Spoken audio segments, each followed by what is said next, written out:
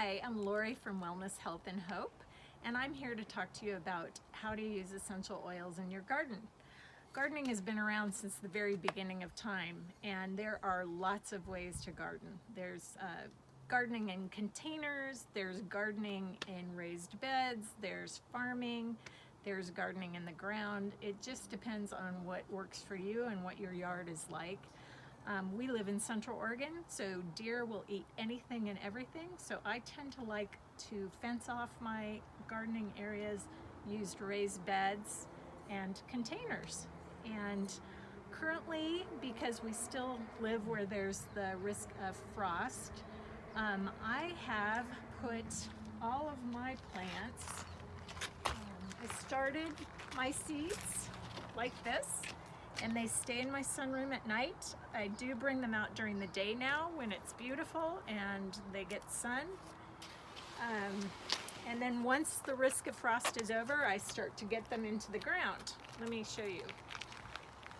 I start with testers. So right now I'm growing some bell peppers, and I put a bell pepper in the ground here, and it has taken off and gone crazy. So because of that, it's done better than the ones that are sitting in my container in my sunroom. So over the weekend, I'll get the rest of my bell peppers in the ground.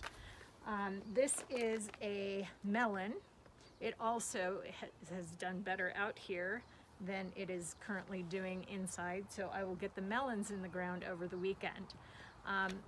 Brussels sprouts, tomatoes, cucumbers, they all died off when I planted them out here, so I'm going to wait just another week or two, or when the risk of frost is gone, and then I will plan on getting them in the ground. Quick tip before I go on: if you go to the grocery store and you buy your organic celery, you can cut your stalks off, take the heart, set it in about an inch of water, and then it will start to grow new celery. Once it is about like this, I will transplant it into a pot and let it go about 4 weeks. And at that point, it will get roots and I will get it into the ground. I had 3 out here. 2 have done really well. 1 froze. So it was not quite ready, not quite as hardy, but the other 2 doing great. Have rhubarb, which nothing seems to kill except deer. And then lettuce, which was doing great until last night. And I'm not sure if it was the rain and the cold on top of the rain that did it, but they're not terribly happy today. Anyway, I've left them here for example, just to show you what I do with essential oils. Peppermint oil is probably the #1 oil that I use in the garden for pests. It's very strong. It's not an oil you want to use around your pets, so be very careful with it. It's a very strong smell. It's not a smell that will bother you when it's in your garden, but the pests do not like it. There are different ways of doing this. You can do a spray bottle with 10 to 20 drops of peppermint oil and water. You will need to swirl it quite often because the peppermint oil will separate from the water. You can spray it on your plants directly, or I tend to spray it at the base of plants so that the leaves don't burn from the spray. On the more tender plants like lettuce, I will take an old egg carton, paper one, and I will cut out a cup. I will put a cotton ball inside. I will put 10 to 20 drops of peppermint oil, and then I'll douse it with water just so it gets wet. And I'll dig a hole in the garden just so that it's actually at about surface level, and then just cover it like this, pack it down, and then the peppermint oil will keep the pests away.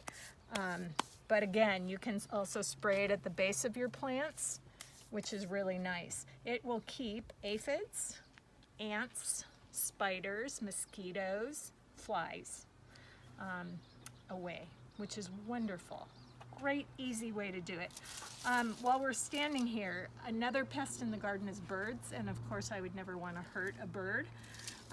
So what I do to keep them away from eating my berries and anything else is I just take this reflective tape from the hardware store, and I will tie it on fishing line or yarn or something above my garden, and as it flaps it scares the birds away, so we actually can eat our berries.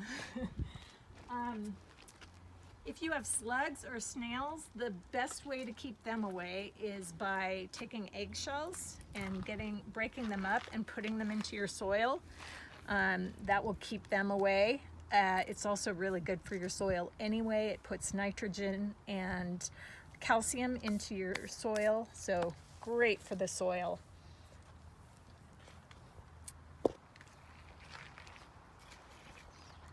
Can you pause it? There's no way to pause it. Sorry, I lost it for a minute. Anyway, so there are ways of using essential oils to get rid of moss in your garden, funguses, fungi, anything like that, weeds. The weed spray is also the same as the pest spray, except that instead of using water, you'll put vinegar and the peppermint oil in the bottle, and that will get rid of moss, weeds, anything like that. I have a ton of recipes though for very specific things in your garden, so if you have any questions and you have Facebook, you can reach me at Wellness, Health, and A&D Hope, or if you don't have Facebook, contact Ashley at Sweat PNW and she can connect us. Thank you to Ashley for putting on this wellness weekend. Sisters Food Bank is going to love this. Thank you for contributing to them. And any profit that I make on sale of essential oils will go to the Sisters Food Bank as well. And if you order any essential oils this weekend or even into next week and you mention this Healthy at Home symposium, I will also give you a gift, and that's a bottle of pest spray or pest oil for your skin to use outside. I also will do free delivery if you're local or free shipping if you're not local. Again, thanks so much, and direct any questions to me. I really appreciate it. Have a great weekend and enjoy the rest of the programs.